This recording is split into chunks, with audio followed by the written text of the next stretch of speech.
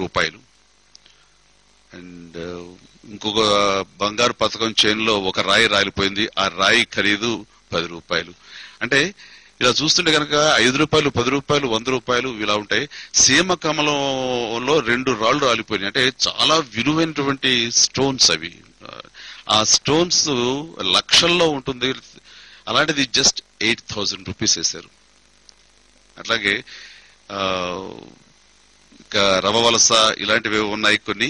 ఇవన్నీ కూడా చాలా హాస్యాస్పదంగా ఉంటుంది ఈ యొక్క ప్రైసెస్ ఇవి మనం చూస్తుంటే కనుక వాటికి నిర్ధారించేది. అంటే ఇవి రూ. 50 ఒక రాయికి వేశారంటే అది ఏ కాలం నాటి వాల్యూ. శ్రీకృష్ణదేవరాయల కాలంలో ఉండే నగలకి వాటికి ఇప్పుడు ప్రస్తుతం ఉన్న విలువ కట్టి దాన్ని ఎప్పటికప్పుడు వాటికి ఎన్హాన్స్ చేస్తూ ఉండాలి. అలాంటిది కాకుండా మరి అప్పట్లో రూపాయల్లో శ్రీకృష్ణదేవరాయల కాలంలో రూపాయలు ఎలాగ పెట్టారు, వాటిని ఎలాగని దాన్ని ఇచ్చేస్తారు. అప్పట్లో ఉండే ఆ వాల్యుబుల్ స్టోన్స్ ని ఇంటర్నేషనల్ లెవెల్ స్టాండర్డ్స్ ఉన్నటువంటి జమాలజిస్టుల ద్వారా ఏమైనా చేయించాలి, దానికి వాల్యూ వేయాలి తప్ప. అండ్ ఇవి ఎంతవరకు ఆమోదయోగ్యమైనవి. అందుకనే వీటికి సంబంధించి మేము చేస్తున్న డిమాండ్స్ శేషాద్రి గారు, ప్రభాకర్ రెడ్డిలపై అప్పటి ఈవో రమణాచారి గారు ఇచ్చిన ఆదేశాల మేరకు అసలు వెంటనే క్రిమినల్ కేసులు పెట్టాలి. డాలర్ల కుంభకోణం, శ్రీవారి నగల కుంభకోణాలపై సిబిఐ విచారణ జరగాలి.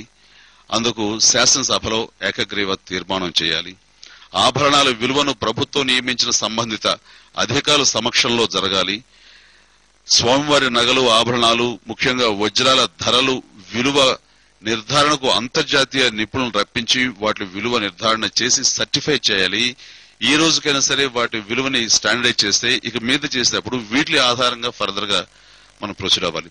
అలాగే అక్కడ ఉండే అర్చకులు ఉన్నారు, వాళ్ళ జీతభత్యాలు అనేవి నిజంగా ఎంత దయనీయంగా ఉంటాయంటే వాళ్ళ జీతభత్యాల విషయంలో ఏమాత్రం పెరుగుదల లేదు. ఆ విషయంలో మాత్రం వాళ్ళకి జీతాలు పెంచాలి. అండ్ ఇంకా ఏవైనా సరే చిన్న చిన్న ఎంప్లాయీస్ ఇందులో బలైపోతున్నారు. ఆ రోజున షరాబుగా ఉన్నటువంటి డాలర్ల కుంభకోణం సంబంధించి షరాబుగా ఉన్నటువంటి ఒక క్లర్క్ ఆయన ఈ రోజుకి సస్పెండ్ చేశారు. ఈ రోజు కూడా మళ్ళీ రివోక్ చేయలేదు. సో ఇన్ని రోజులు బట్టి అతను ఏమాత్రం దారి తెన్ను లేకుండా అలాగా ఆయన గాల్లో దీపంలో ఉన్నాడు ఆయన పరిస్థితి. సో ఇలాంటి వాటి మీద చిన్న వాళ్ళ మీద వీళ్ళు ప్రతాపం చూపిస్తున్నారు. వీళ్ళు చేసే పెద్ద పెద్ద కుంభకోణాలన్నీ కూడాను చిన్న వాళ్ళ మీద అంటగట్టే విధంగా ఉంది. ఇది సరైన పద్ధతి కాదు. చిన్న ఎంప్లాయీస్ వాళ్ళ మీద తోసేయటం అంటే వాళ్ళు ఎవరు చెప్పుకుంటారు, ఏం చేసుకుంటారు. సో ఎవరికి చెప్పుకోలేటువంటి వాళ్ళ మీద నెట్టివేయటం అనేది పెద్దలు తప్పించుకో.